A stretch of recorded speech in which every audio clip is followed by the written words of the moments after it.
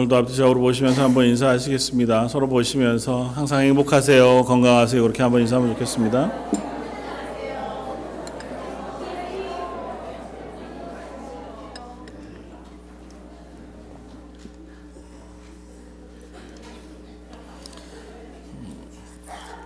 한 교회를 잘 다니시는 그리스도인들 중에서 어떤 분이 아프리카로 여행을 가셨답니다. 아프리카 여행을 가셨는데 하필이면 사파리를 갔다가 혼자 이제 낙오가 돼서 거기를 헤매고 다니다가 사자를 만난 거예요. 사자가 이 사람을 보고 막 쫓아왔어. 어떻게 해요? 한참 도망가다가 하는 수 없이 기도했답니다. 하는 수 없이는 아니었겠지. 이제 하나님 앞에 간절히 기도하면서 기도한 내용이 하나님, 저 사자가 예수를 좀 믿게 해주십시오. 하나님을 좀 믿게 해주십시오. 그러면 이제 내가 안 잡아먹힐 것 같으니까. 아니나 다를까 사자가 서더래요. 열심히 기도를 하더라는 겁니다. 그러더니 천천히 자기한테로 다가오더래요. 뭐라고 기도하고 왔을까요? 오늘 저희가 말씀을 하나님 일용할 양식을 주셔서 감사합니다. 잊으십시오. 오늘 11절 말씀 오늘 우리에게 일용할 양식을 주시옵고라고 하는 제목으로 함께 말씀을 나누고자 합니다. 예수님께서 기도를 가르치시면서 먼저 너희의 기도를 들으시는 분이 우리의 아버지가 되신다고 하는 사실을 깨닫게 하시고, 우리의 기도의 대상, 내 기도를 들으시는 분은 아버지이셔서 우리의 어떠한 것들도 외면치 않으시고 들으시고 친밀하게 우리의 기도를 들으시마 말씀하신 분이신 것을 기억하고 기도해라 말씀하셨고, 또 그 하나님 그 아버지는 하늘에 계신 전능하신 분이셔서 우리의 기도를 응답하실 능력이 있으신 분이시다. 그러니까 그냥 힘이 없는 아버지가 아니고 모든 것을 다 해 주실 수 있는 하나님께 기도하는 것이니 우리가 무엇이라도 기도할 수 있다고 하는 것과, 또 하나님은 우리의 기도의 내용을 이미 알고 계신다. 우리의 형편을 알고 계시기에 그 하나님 앞에 기도하러 나아갈 때 중언부언하거나 너무 많은 것으로 기도하려고 하지 말고 우리 마음을 하나님 앞에 드리는 것이 필요하다. 그러면서 우리 지난주에 나누었던 것이 우리 기도가 먼저 하나님의 나라와 하나님의 의를 구하는 기도가 드려져야 할 것에 대하여 함께 나누었습니다. 그러니까 하나님은 우리의 필요를 아십니다. 우리에게 확인하고 싶으신 것은 우리가 하나님의 백성, 하나님의 자녀로 서 있는가, 그리고 그 자기 고백을 가지고 있는가 있고, 특별히 그 하나님의 통치가 이 땅 가운데에서 임하여 내 삶이, 우리의 삶이 하나님의 통치 가운데 있기를 소원합니다고 하는 그 기도가 하나님의 백성으로서의 자기 고백으로 드리는 기도이기에 그 기도를 먼저 하기를 원하셨다고 하는 사실을 우리가 함께 나누었습니다. 그러면 어떻게 해요? 이 모든 것을 너희에게 더하시리라. 너희는 먼저 그의 나라와 그의 의를 구하라고 하는 그 기도, 예수님이 가르친 기도도 6장 전체의 내용, 그것을 다 결론적으로 이야기하고 있는 결론과 다 있어서 우리는 먼저 하나님의 나라, 하나님의 의, 그러니까 우리가 하나님의 나라를 바꾸는 것도 아니고 하나님의 나라를 이 땅에 심는 것도 아니에요. 그 나라는 예수님으로부터 이미 이 땅에 임하였고 우리 가운데 그 하나님의 통치가 이미 일어나고 있는데 그걸 내 삶으로 살아내겠습니다. 그리고 그 삶 속에서 확인하고 싶습니다. 확인하게 해주십시오. 그 은혜를 부어주십시오. 그렇게 기도하는 것을 통해서 하나님의 나라가 우리들에게 임하는 것인 줄 믿고, 또 그렇게 기도하게만 하신 것이 아니라 오늘 본문에 보면 11절, 12절, 13절 오히려 더 긴 내용들을 가지고 우리의 필요를 위하여 기도하게 하셨어요. 그리고 그 기도의 내용의 11절은 먼저 너희가 오늘 우리에게 일용할 양식을 주시옵고 그렇게 기도하라고 하는 거고, 두 번째는 12절에 우리의 죄를 사해 주십시오. 그렇게 기도하라는 것이고, 세 번째는 13절에 우리를 시험에 들게 하지 마시고 악에서 구원해 주십시오. 이렇게 기도하게 하셨습니다. 그러니까 이 세 가지는 다 우리의 필요예요. 그러니까 하나님의 나라가 임하는 것, 그것과 이 땅에 살아가는 우리 삶의 필요를 하나님께서 채워주십시오. 그렇게 기도하는데 대단히 중요하지는 않지만 이 세 기도, 특별히 우리의 육신의 필요, 일용할 것을 채우시는 양식을 위하여 기도하는 것과 우리의 죄를 사해 주십시오라고 하는 우리의 삶, 그리고 마지막으로는 우리의 영혼을 보호해 주시길, 악에서 구원해 주시고 시험에 들지 말게 해주십시오 하는 그 필요를 위하여 기도하는 기도 가운데 제일 앞에 육신을 위하여 기도하게 하신 기도를 두신 것이 한편 위로가 되고 감사의 이유도 되겠다 싶습니다. 뭐 억지로 그렇게 생각할 건 아니지만 하나님이 우리의 육신의 필요를 외면치 않으시는 분이시다 하는 사실.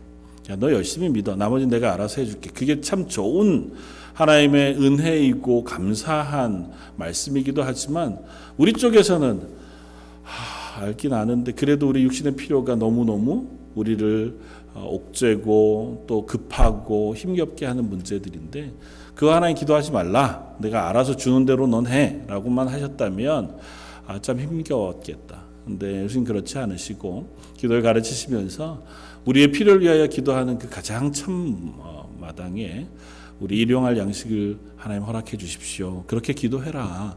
그렇게 가르치셨다는 겁니다. 그러니까 하나님 우리를 너무 잘 아세요. 이 땅 가운데 살아가는 우리의 삶의 필요가 무엇인지도 아시고 우리가 무엇 때문에 가장 어려워하고 힘겨워하는지도 아십니다. 그래서 우리 육신을 위하여 가장 기본적인 것, 죄 짓지 말게 해주십시오. 죄를 용서해 주십시오. 또 내 영혼이 내 삶이 시험에 들지 않고 악에 빠지지 않도록 보호해 주십시오 하는 것도 훨씬 중요하죠, 사실은. 그러나 그 이전에 우리의 육신을 위한 그 필요, 일용할 양식을 구하라 그렇게 말씀하시므로 우리가 이 땅을 살아가는 모든 삶을 알고 계시고 그 삶을 책임지시겠다고 약속해 주시는 줄 믿습니다. 그래서 우리가 기도의 자리에 설 때마다 너무 고상하지 않게 하나님, 때로는 그런 마음이 들 때도 있어요. 하나님 앞에 기도하는 게 맨날 우리 육신의 필요만 위해서 기도해야 되나. 그래서 사실은 기도하다가 보면 제 개인적인 경험은 이 순서가 거꾸로 가게 되는 걸 봐요. 그러니까 내 육신의 필요 혹은 뭐 그런 것들은 기도의 제일 마지막 쪽에 이렇게 가게 되고, 뭐 물론 얼마나 더 오래 하느냐에 관계없이 요즘 뭐 아버님의 건강을 위해서거나 혹은 삶에 우리 자녀들 위한 기도거나 하다가 보면 그 기도는 항상 제일 마지막에 있게 되고, 오히려 뭐 우리 교회를 위해서 하나님의 영적인 은혜들을 사모하면서 이 기도를 먼저 하게 됩니다. 그러니까 고상한 척하는 건 아닌데 그래야 될 것 같은 마음이 있어요. 어차피 육신의 필요는 하나님 알아서 채워주시는데, 다 아신다고 말씀하시는데 그거 다 이렇게 막 하는 게 그렇지 않은 것 같아요. 예수님의 가르치심 속에 우리를 위로하시고 다독이시면서 하시는 말씀, 괜찮다. 너의 필요에 대해서 다급해하고 너의 육신의 어려운 것으로 인하여 기도한다고 해도 내가 그 기도를 들으마. 그리고 그거 위해서 기도해라. 그거 기도하는 것을 내가 믿음의 고백으로 받을게. 그렇게 말씀하시는 줄 믿습니다. 어느 곳에서 어떤 기도의 제목으로 하나님께 나아가시든 그 기도를 들으시는 하나님이 우리의 기도를 받으신다 약속하신 줄 믿고 감사함으로 평안함으로 기도의 자리에 설 수 있는 저와 여러분들이었으면 좋겠습니다. 오늘 나눌 11절 말씀, 오늘 우리에게 일용할 양식을 주시옵고 라고 하는 그 기도의 내용은 앞쪽에 하나님의 나라가 임하기를 기도하는 기도의 내용에 연결되어져서 동일한 하나님을 향한 기도, 그리고 간구가 되어진다고 생각이 되어집니다. 그러니까 앞에 기도가 없다면, 일용할 양식만을 위하는 기도만 남아있다면 그건 사실 이 기도가 완성되지 않아요. 내 필요를 위하여, 내 육신의 것들을 위해서 누군가에게 간청하는 행위는 사실 하나님에게 하는 기도가 아니어도 우리 자주 합니다. 많이 하고. 또 세상 사람들도 늘 그런 기도를 하잖아요. 그러니까 우상을 향해서, 아니면 뭐 여러 미신들을 섬기는 사람들도 내 육신의 필요를 위하여 누군가에게 무엇인지 구하는 행위는 한단 말이죠. 그러니까 그 행위가 그냥 그 기도만으로 끝나는 것이 아니고 앞에 아버지 하나님의 나라가 임하기를 간구하는 믿음의 고백 위에 그 뒤에 덧붙여서 이 기도를 하는 것이기 때문에 이 기도의 내용을 조금은 더 확장해서 우리가 생각해 볼 수 있습니다. 그러니까 내 필요가 있습니다. 하나님 나 먹을 것 좀 주십시오. 라고만 끝나지 않는다는 거예요. 이 기도는 성경 안에 한 두 가지 사건들을 우리가 따라서 이 기도의 내용들을 살펴보면 조금 분명히 생각이 될 것 같습니다. 일용할 양식이라는 표현은 사실은 성경 전체에서 이곳에만 나와요. 정확하게 일용할이라고 하는 표현, 한국말로는 참 완전하진 않아도 그래도 분명하잖아. 의미가 오늘 하루에 필요한 양식이거든요. 그 하루를 그런데 이 단어가 앞에 오늘 우리에게 일용할이라고 연결되면서 이게 도대체 무슨 의미냐고 하는 것을 명확히 하려고 하는 시도들이 있었는데, 우리 한국어 성경에는 똑같은 단어가 한 번 더 나옵니다. 출애굽기 16장에 보면 하나님께서 이스라엘 백성에게 만나를 내리시면서 만나에 대한 설명을 하시면서 이 일용할 것이라고 하는 표현을 하세요. 그러니까 하나님께서 이스라엘 백성에게 광야를 지나는 동안 하나님 매일 그날에 필요한 양식을 허락해 주시겠다고 약속하시는 과정에 일용할 것이라고 하는 표현이 나와요. 그러니까 사실은 오늘 우리에게 일용할 양식을 주시옵고라고 하는 기도의 내용은 이 출애굽기 16장에 나와 있는 이스라엘 백성이 광야에서 먹었던 만나를 떠올리게 하는 기도의 내용입니다. 하나님께서 광야 40년을 사는 동안 만나로 먹이셨어요.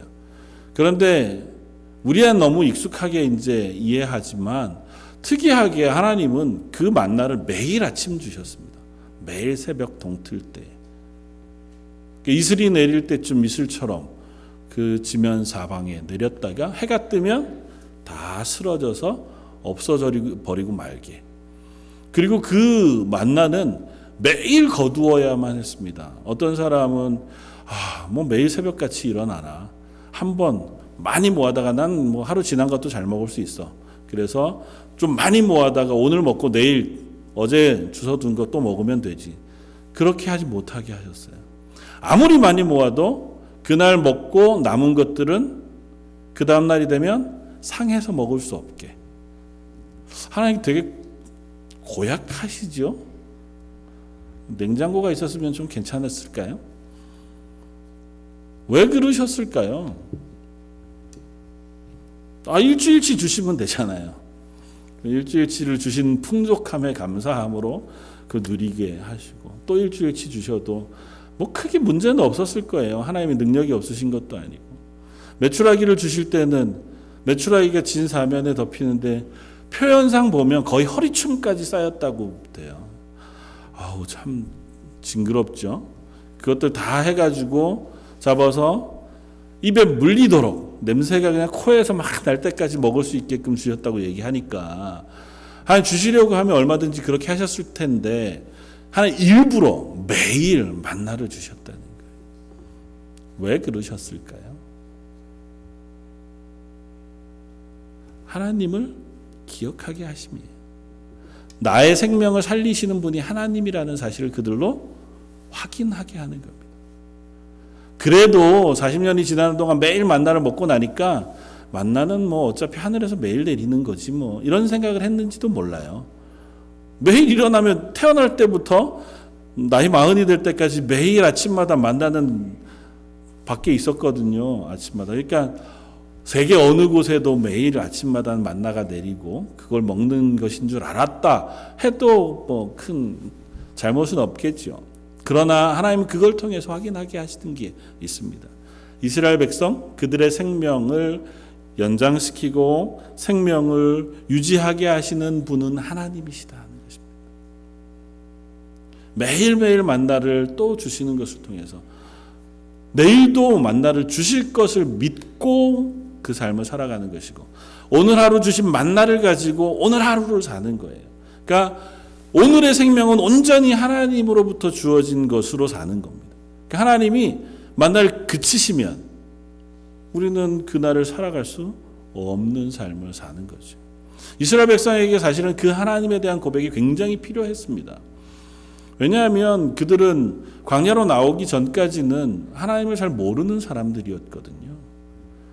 애굽에서 산 한 400여 년의 기간 동안 그들은 하나님에 대한 기억은 아주 희미했습니다. 우리들의 조상 아브라함 혹은 이삭, 야곱, 요셉 그들을 통하여 역사하신 하나님과 언약에 대한 이야기들을 전해는 들어왔으나 그 하나님을 경험한 적이 없어요. 그 하나님이 우리의 기도를 들으시는지 우리에게 은혜 베푸시는지 우리를 살리시는지에 대한 경험이 없습니다. 노예로 살았잖아요. 물론 그곳에서 하나님께서 은혜를 베푸셔서 큰 민족이 될 때까지 그들을 보호해 주셨지만 그건 우리가 성경을 통해서 고백하고 듣는 바지만 이스라엘 사람들은 그냥 노예로 사는 동안은요, 하나님이 나에게 뭘 해주시는 게 있고 그 하나님이 나의 하나님이신 것을 확인할 방법이 없었잖아요. 그러다 어느 날 갑자기 모세라는 사람을 통해서 10가지 놀라운 재앙을 애굽 땅에 임하게 하시고 우리를 건져내서 적과 꿀이 흐르는 땅으로 들이시겠다고 약속하니 그 약속을 믿고 나왔어요. 근데 그 이후에는 이제 그런 큰 일도 없고 기적도 없습니다. 기적이 일어나면 하나님이 우리와 함께 계시구나 그렇게 믿을 수 있을 텐데 그건 40년 동안 몇 번 되지 않아요. 물론 물을 마시는 것도 만나를 먹는 것도 기적이지만 그것을 제하고는 그러니까 그들이 하나님이 우리와 함께 계시고 우리에게 은혜를 베푸시고 그 능력으로 우리를 도우신다는 확인을 할 필요가 있었습니다. 그러니까 매일 만나를 먹이시고 매일 물을 먹이시는 그 과정을 통해서 이스라엘 백성은 하나님이 우리의 하나님 되시다고 하는 고백을 하게 하는 거예요. 맞습니다. 내 생명을 유지하게 하시는 분이 하나님이십니다. 그 하나님이 매일매일마다 나의 필요를 채우시는 분이십니다.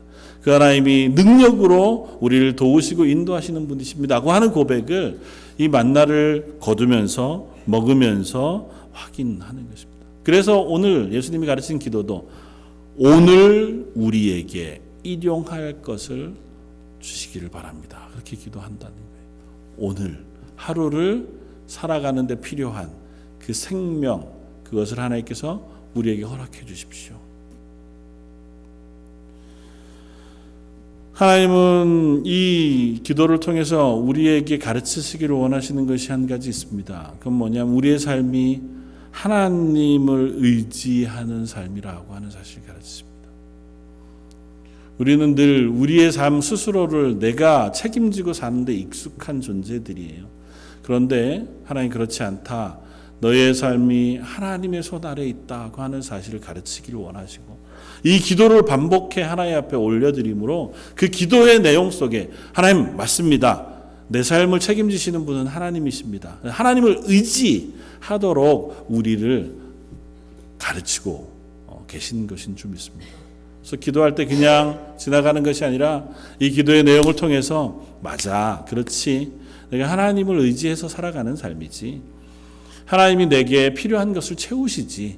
하나님께서 일용할 것, 그날에 사용되어질 필요한 것들을 넉넉히 채우시는 하나님이시지를 우리가 믿음으로 붙잡는 줄 믿습니다.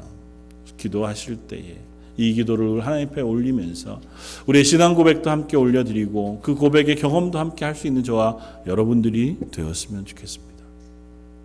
두 번째는 이 고백은 하나님을 떠나간 인간 아담으로부터 시작되어진 우리의 삶의 그 삶으로부터의 구원, 그것을 또한 우리가 고백하는 고백이기도 합니다. 또 하나의 성경 본문을 우리가 확인하자고 하면 하나님께서 아담이 범죄하여 하나님을 떠나게 되었을 때, 하나님 말씀에 불순종하게 되었을 때 그에게 주신 징계를 우리가 기억합니다. 뭐였을까요? 내가 이제부터는 이마에 땀을 흘려야 먹을 것을 얻을 것이다 하는 것입니다. 땅이 이제부터는 가시와 원건키를 내어서 내가 땀 흘려 땅을 경작해야 먹을 것을 얻을 거라는 거예요. 그 이전에는 하나님 안에 살았어요. 하나님과 교제하고 하나님과 연결되었기 때문에 아담과 하와 그들의 삶을 책임지시는 분은 하나님이셨어요. 그러니까 일용할 것을 먹이시는 분은 하나님이셨습니다. 하나님이 내어놓으신 식물, 과일 그것들을 언제고 취해서 먹으면 되는 삶이었습니다. 그런데 범죄하고 하나님을 떠난 이후로부터는 그들이 하나님이 책임지시는 삶에서 떠나 스스로의 삶을 스스로가 책임지는 삶을 살아야 했던 거죠. 땀 흘려 일해야 하고 그것으로부터 박한 것을 얻어 그것으로 하루의 생계를 책임져야 하는 삶. 그 삶을 통해서 인간은 사실은 하나님을 기억해야 했습니다. 맞아, 내가 이렇게 땀 흘려 일할 수밖에 없는 것이 하나님 그분의 말씀에 불순종한 결과인 것을 기억하고 내게 있는 이 결핍을 채우실 하나님을 소망하는 것이 맞는 행동이었을 겁니다. 내가 필요한 것들을 채우실 하나님을 바라보고 그분께로 나아가려고 해야 하는데 인간의 삶은 그렇지 않았어요. 창세기에서 아담 이후에 가인의 후손들의 계보들을 쭉 기록하면서 아주 두드러지게 드러나는 게 뭐냐면 그들이 당대에 꽤 유명한 사냥꾼이 되거나 영웅이 되거나 또는 싸움을 잘 싸우는 장수가 된다는 것입니다. 그건 다 뭘까요? 내가 내 힘을 조금 더 강력하게 해서 더 많은 것을 차지하고 그것으로 나를 평안하게 할 것이다. 그런 와중에 걸추한거리거나 혹은 비교 대상이 되거나 혹은 경쟁 상대가 되는 이들은 내가 밟아서 압제하거나 그들을 착취하거나 물리쳐서라도 내 것을 채워 나로 편안한 삶을 살아가겠다고 하는 것이 인생이었습니다. 그러니까 지금도 여전히 우리는 그 세상 가운데 살아가요. 서로 경쟁하고 또 그 가운데에서 더 많은 것들을 얻기 위해서 노력하고 그 속에서 많은 것을 누림으로 기뻐하고 없는 것으로 인하여 힘겨워하는 삶.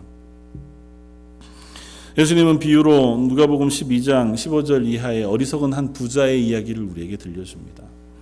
그 부자는 그 해의 밭의 소출이 풍성했다 그렇게 기록합니다. 누가복음 12장 16절 또 비유로 그들에게 말하여 이르시되 한 부자가 그 밭의 소출이 풍성함에 심중에 생각하여 이르되 내가 곡식 쌓아둘 곳이 없으니 어찌할꼬. 그리고 나서는 어떻게 생각하냐면 곡식을 쌓아둘 곡간을 새로 짓고 그 안에다 곡식을 가득 쌓은 후에 이렇게 얘기합니다. 내 영혼아 여러 해 쓸 물건이 많이 쌓아두었으니 이제부터는 먹고 마시고 평안히 쉬고 즐기자. 그렇게 이야기해요. 전형적인 하나님 없는 이 세상에 자기를 위하여 살아가는 삶, 그 속에서 성공하고 승리한 사람들의 이야기인 거죠. 됐다. 이제는 이것이 다 내 것이 되었고 이것으로 내 삶을 잘 살 수 있을 것이다. 예수님 뭐라고 말씀하세요? 하나님 그에게 그날 저녁에 나타나셔서 오늘 저녁 내가 내 영혼을 취하여 간다면 그 물건, 그 곡식들이 다 누구의 것이 되겠느냐? 그렇게 물으시고 뒤이어서 예수님은 제자들에게 이렇게 말씀하세요. 누가복음 12장 22절 또 제자들에게 이르시되 그러므로 내가 너희에게 이르노니 너희 목숨을 위하여 무엇을 먹을까 몸을 위하여 무엇을 입을까 염려하지 말라. 똑같은 말씀을 오늘 마태복음 6장 19절 이하에서도 동일하게 하십니다. 공중에 나는 새를 보아라 들에 핀 백합화를 보아라. 그들이 길쌈도 하지 않고 먹을 것을 곳간에 들이지 아니해도 그들을 먹이시는 분이 하나님이신 것을 너희가 기억해라. 그러므로 무엇을 먹을까 무엇을 마실까 염려하지 말아라. 그 염려하는 마음의 시작은 탐심이라고 표현해요. 그리고 그 결론은 이렇게 선언합니다. 6장 32절 말씀은 33절 이하에는 이렇게 이야기합니다. 32절 이는 다 이방인들이 구하는 것이라 너희 하늘의 아버지께서 이 모든 것이 너희에게 있어야 할 줄을 아시느니라. 그런즉 너희는 먼저 그의 나라와 그의 의를 구하라. 그리하면 이 모든 것을 너희에게 더하실 것이다. 그리고 결론적으로 하나 더 붙여서 그러므로 내일 일을 위하여 염려하지 말라. 내일 일은 내일에 염려할 것이요 한날의 괴로움은 그날로 족하니라. 아담의 삶은 사실은 근심하는 삶이에요. 내일을 근심하고 걱정하면서 살아갑니다. 나의 필요를 위하여 무엇인가를 자꾸 쌓아야 하고 또 또 무엇인가를 준비해야만 안심이 되는 삶, 평안이 없는 삶이에요. 그러나 그 삶에서 우리를 건지셔서 하나님의 백성으로 삼아주셨다는 겁니다. 그래서 우리는 이제는 하나님을 하나님 아버지라고 부르는 하나님의 은혜의 통치 아래 놓여진 사람들이라는 거예요. 그러니 세상 사람들과는 다른 종류의 삶을 사는 거예요. 나를 위하여 내가 투자하고 나를 위하여 무엇인가를 곳간에 쌓아두고 경쟁하고 다투는 삶이 아니라 하나님의 은혜가 내 위에 부어져 있으므로 그 하나님을 의지해서 감사함으로 오늘 하루를 살아가겠습니다고 하는 고백이 있는 삶을 우리에게 요구하시는 거고, 그 고백의 삶은 한 걸음 더 나아가면 예수님이 우리에게 가르치는 안식일의 가르침 속에서 또한 더 확인할 수 있습니다. 아담의 때부터 인간은 안식을 잊어먹었어요. 그러나 하나님은 그 안식을 우리에게 또 허락하시기를 원합니다. 안식일을 거룩히 지켜 행해라고 하는 명령은 성경 가운데 두 개의 상황 속에서 하나님 명령하고 계십니다. 두 개의 상황은 뭘까요? 제일 처음 안식일에 대한 이야기가 나오는 건 어디일까요? 창세기에 하나님이 천지를 창조하신 후에 6일간 하나님께서 천지를 다 만드시고 하나님 보시기에 심히 좋았더라. 그건 완전하다는 표현이거든요. 더 이상 손대어서 고칠 것이거나 더할 것이 없다. 그 이후에 제7일째 안식하셨다고 표현해요. 그러니까 하나님 더 고치실 것도 없고 바꾸실 것도 없는 완전히 만족한 그것. 그러니까 오늘 기도의 내용을 따르면 하나님의 나라가 완전하게 임한 그 상황. 더 이상은 하나님이 일하지 않으셔도 되는 그때에 하나님은 안식하셨어요. 그런데 그 안식을 우리의 죄 때문에 인간이 잃어버렸다고요. 그 샬롬 평안을 놓쳐버리고 말았습니다. 그 이후로는 안식 없는 삶을 살아요. 이마에 땀을 흘려야 하고 해산의 수고를 겪어야 하고 서로 경쟁하고 싸우는 삶 속에서 살아가는 인간을 하나님께서 다시 한번 안식으로 옮기셨어요. 언제요? 이스라엘 백성을 애굽에서 구원해내시면서 아직 완성은 안 됐지만 그들을 구원해 이제는 너희는 내 것이다 라고 선언하세요. 그래서 시내산에서 언약하시면서 나는 너의 하나님이 되고 너희는 내 백성이 될 것이다. 관계를 완전히 회복하셨다고 선언하세요. 그래서 하나님은 그들을 매일마다 만나로 먹이시는 거예요. 그러면서 그들에게 고백하게 하시는 게 뭐냐면 안식일을 거룩히 지키라는 것입니다. 이 땅에 살고 있지만 그러나 이미 하나님과의 관계를 회복하고 하나님의 구원을 우리가 입은 사람이므로 내 삶의 전부를 하나님께서 은혜로 덮으십니다라고 하는 고백을 안식일을 지키는 행위를 통해서 하라는 것입니다. 나를 위해서 내가 모든 걸 다 책임지지 않아도 하나님이 내 삶을 책임지실 것을 내가 믿습니다. 그 고백이 안식일에 일하지 않고 하나님을 예배하는 것으로 고백하고 드러내는 것이고 그 믿음의 고백 안에서 하나님은 우리의 하나님 되신다고 하는 확인을 우리가 스스로 해가는 것이라는 거죠. 근데 그 안식도 여전히 완전하지 않았습니다. 예수님이 공생의 사역하시는 동안 제일 많이 하신 일들 중에 하나가 뭐냐 하면 사람을 낫게 하시는 일들이었습니다. 병자들을 치유하시거나 혹은 귀신 들린 사람들을 귀신을 내어 쫓아서 깨끗게 하시는 일들. 근데 그 일들을 유독 성경은 안식일에 하셨던 일들을 많이 기록해요. 안식일은 사실 일하면 안 되잖아요. 근데 예수님은 안식일에 병자들을 낫게 하세요. 그러니까 제사장들이나 바리새인들이나 예수님을 미워하던 이들이 예수님을 싫어하는 이유로 삼았던 것 중에 하나가 이것입니다. 안식일날 왜 일하냐는 거예요. 7일 중에 6일 멀쩡한 날들이 있는데 그날 고쳐도 되는데 굳이 안식일날 그날 왜 고치냐는 거죠. 예수님의 대답이 무엇이었습니까? 아버지께서 아직도 일하시니 나도 일한다는 거예요. 안식일을 지켜 행한 그 안식일의 고백은 하나님이 내 삶의 구원자이시고 내 삶의 주인이라는 고백을 하는 것이긴 하지만 아직은 그게 완성되지 않았어요. 그 증거가 병 혹은 귀신 들림, 이 땅의 가난함, 서로 분쟁하고 싸움, 이런 것들로 드러나는 것이라는 거예요. 그래서 예수님께서 그거를 하나씩 하나씩 치유해 주시는 거예요.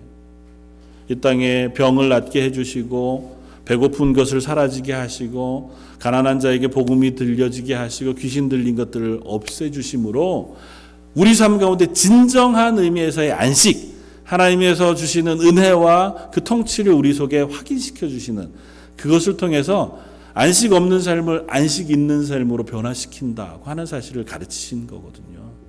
그래서 예수님이 하시는 구원은 아주 편협적으로 한 군데를 표현하자면 우리에게 안식을 주시는 일이에요.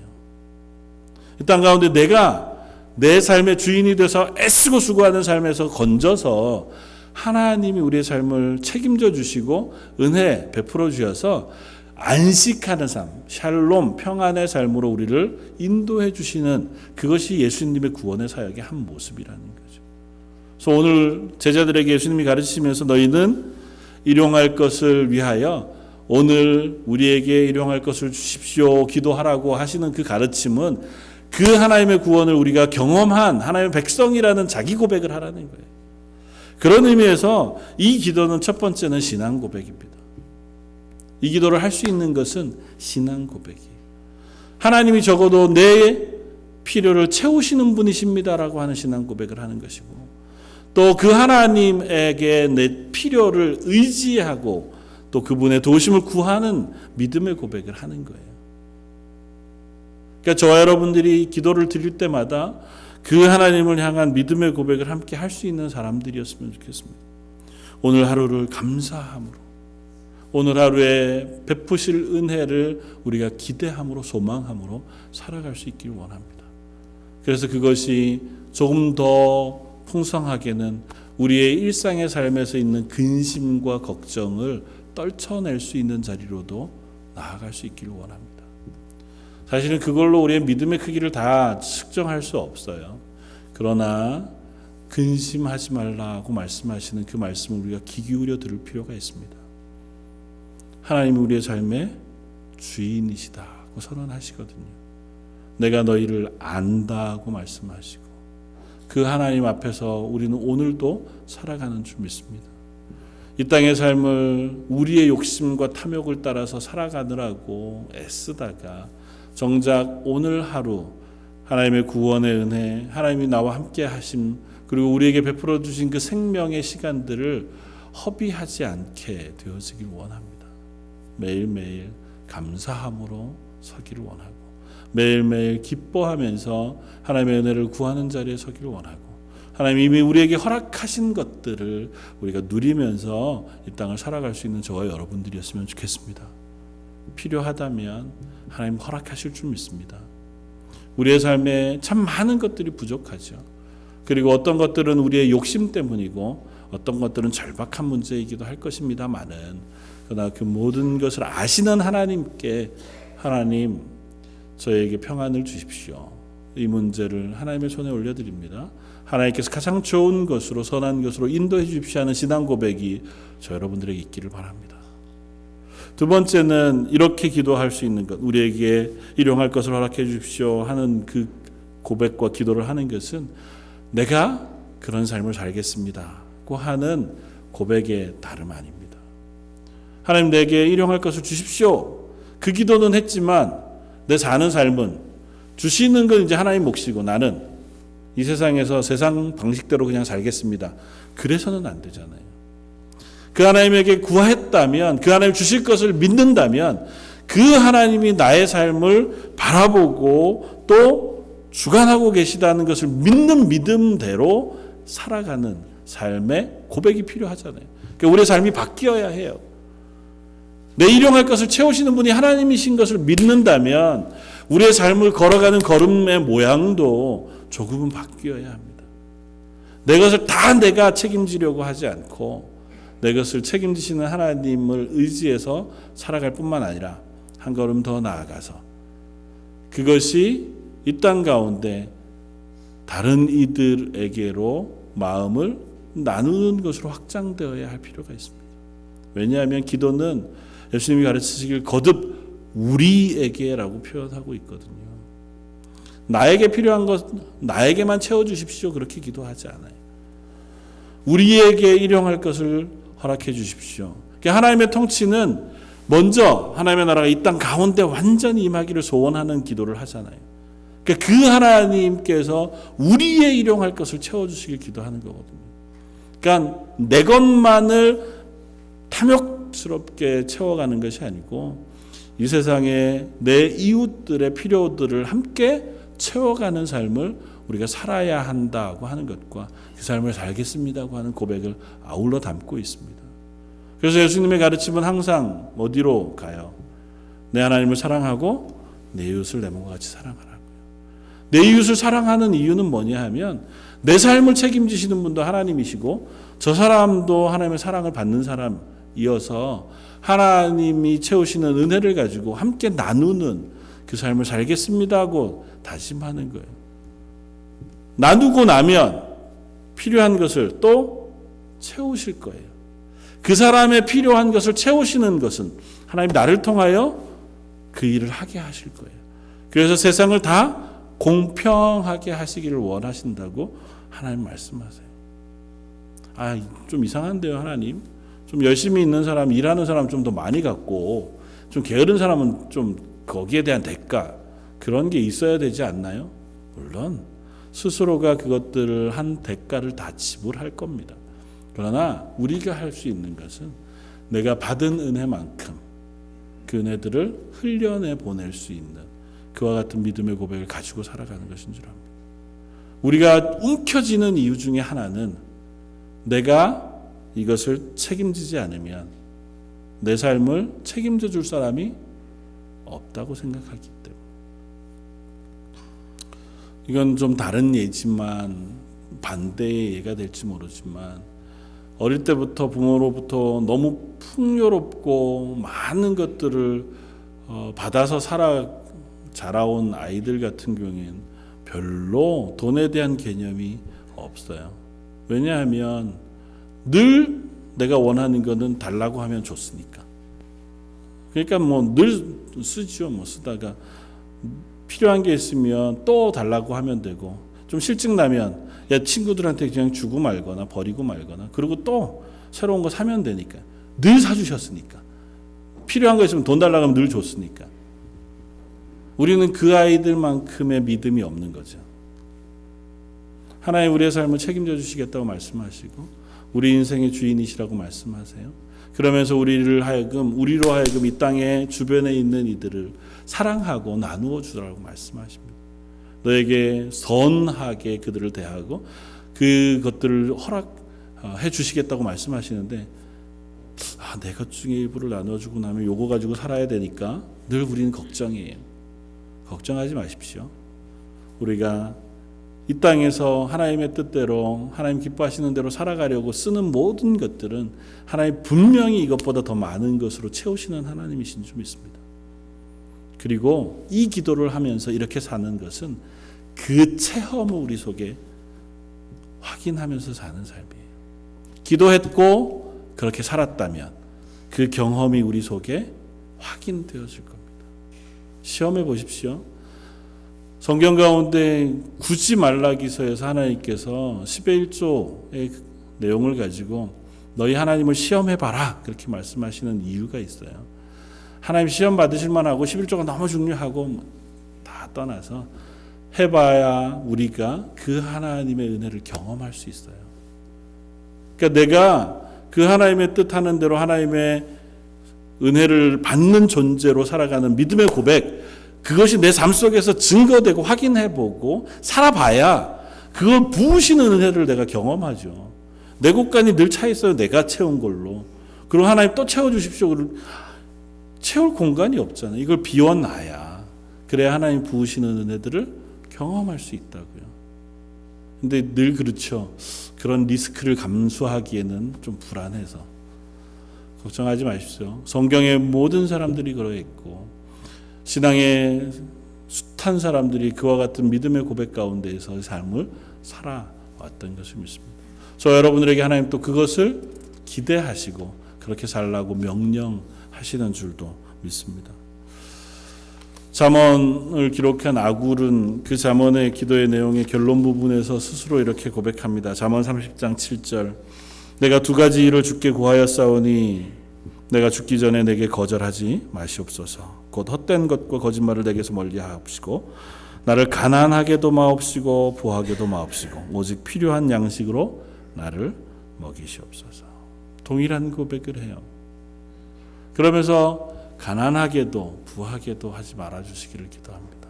이유를 뭐라고 고백하냐 하면 혹 내가 배불러서 하나님을 모른다. 여호와가 누구냐 할까 하오며 혹 내가 가난하여 도둑질하고 내 하나님의 이름을 욕되게 할까 두려워함이니이다. 사랑하는 성도 여러분, 이 지혜자의 기도가 저와 여러분들의 기도이기도 바랍니다. 그리고 이 일용할 것을 기도하는 기도 가운데 드려지는 고백이 우리 삶에서 확인되어지고 경험되어지는 저와 여러분들이었으면 좋겠습니다. 마지막으로 우리의 필요를 채우시는 분은 먹을 것만을 채우시는 분은 아니십니다. 우리의 영적인 필요를 채우시는 하나님이신 줄 믿습니다. 이 땅 가운데 살아가는데 사실은 먹을 것보다 더 중요한 것은 우리 영혼의 필요인 줄 믿어요. 이 땅을 살아가는 동안 하나님 부으시는 은혜가 우리의 마음속에 충만히 차지면 물론 이 땅의 물질의 필요들, 먹을 것의 필요들이 우리를 어렵게 할지언정 하나님 주시는 평안을 빼앗아갈 수는 없을 겁니다. 그러나 물질이 아무리 많아도 우리의 영혼의 풍요로운 것을 채우시는 하나님의 은혜가 우리 속에 없으면 우리는 끊임없이 갈급해하고 갈증을 느끼는 삶을 살아갈 수밖에 없으리라고 믿습니다. 마치 물을 아무리 마셔도 여전히 갈증을 느끼는 수종병이라고 하는 병이 들린 사람을 예수님이 고쳐주셨던 것처럼 이 세상 가운데 나의 갈증을 채우기 위해 세상의 것 혹은 다른 것으로 끊임없이 채워가는 그런 자리에 서 있는 저와 여러분들을 영적인 풍요로움으로 채우시고 하나님의 말씀의 은혜의 풍성한 것으로 채우셔서 그 만족함으로 기뻐하고 감사하면서 이 믿음의 고백을 가지고 살아가게 하실 그 하나님을 우리가 사모하면서 함께 기도하는 저와 여러분들 되시기를 주님의 이름으로 부탁드립니다. 다시 한번 기도하겠습니다. 오늘 우리에게 일용할 것을 주시기를 원합니다. 기도하게 하신 하나님, 우리의 물질의 필요도 아시고 우리의 육신의 필요도 아셔서 그 육신을 위하여 간구하는 기도를 외면치 않으시고 우리 가운데 일용할 것으로 풍성히 채우시겠다 말씀해 주시니 감사합니다. 하나님, 같은 고백을 가지고 예배하는 모든 성도들의 삶, 그들의 삶 위에 일용할 것을 매일매일 채워주옵소서. 그들의 먹을 것을 채우시고 건강을 채우시며 그들의 영혼에 충만한 것으로 채우셔서 저희들이 이 땅에서 매일매일을 그 은혜를 나누며 또한 그 은혜를 누리며 살아가는 사람들 되게 하여 주옵소서. 오늘 말씀 예수님 이름으로 기도드립니다. 아멘. 찬송가 391